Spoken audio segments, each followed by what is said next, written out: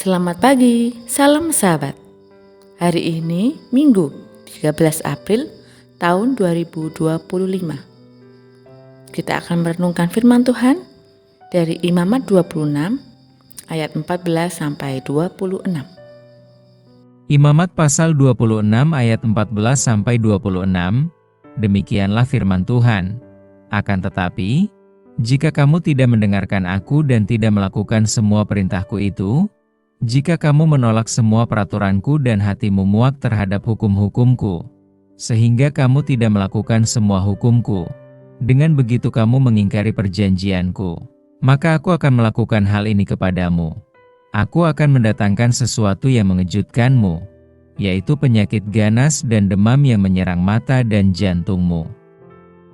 Kamu akan menabur benih dengan sia-sia sebab musuh-musuhmu akan memakan seluruh hasilnya. Aku akan memalingkan wajahku terhadapmu sehingga musuh-musuhmu akan mengalahkanmu. Mereka yang membencimu akan memerintah atasmu. Kamu akan berlari meski tidak ada orang yang mengejarmu.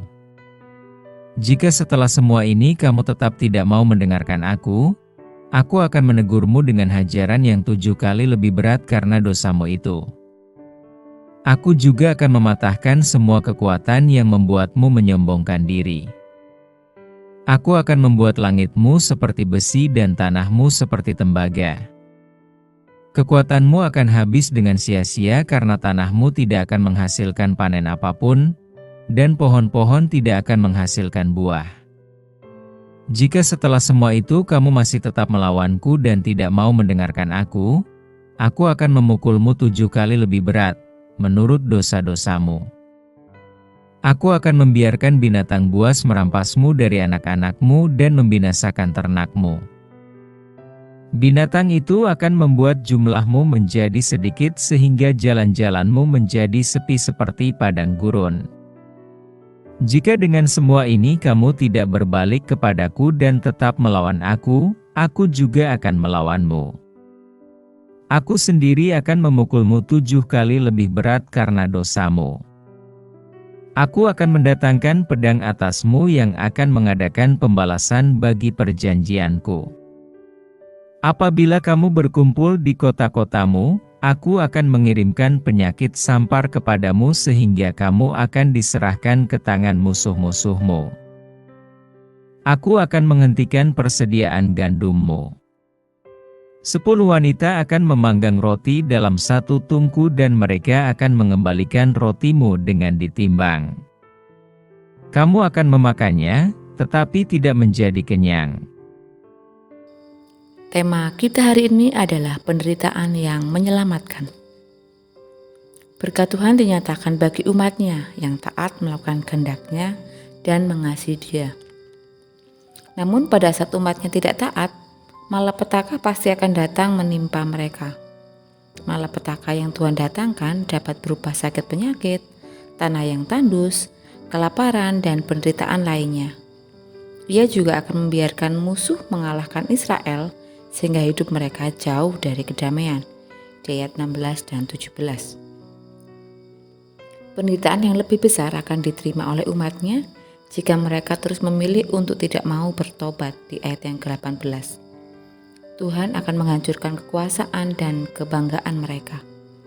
Hukuman akan terus ditambahkan kepada manusia, binatang, bahkan tanah di mana mereka tinggal. Di ayat 19-22. Dalam budaya Israel, angka 7 melambangkan kesempurnaan dan dalam bagian ini berkali-kali Tuhan berkata 7 kali lipat. Di ayat 18, 21, dan 24. Artinya, penderitaan yang diberikan itu akan sangat berat menekan Israel. Penderitaan memang dapat menjadi salah satu cara Allah menyatakan hukuman atas dosa kita. Namun tidak semua penderitaan adalah karena dosa. Karena itu, bila saat ini kita mengalami penderitaan, mari kita mengevaluasi kehidupan kita. Sudahkah kita berusaha hidup benar dan mengasihi Allah? Apakah kita sedang hidup dalam dosa dan meninggalkan Allah? Jika kita setia mengikuti Allah, jangan biarkan iblis menjatuhkan kita. Akan tetapi, Bila kita mendapati diri kita berdosa, segeralah mohon ampun kepadanya dan tinggalkan dosa itu.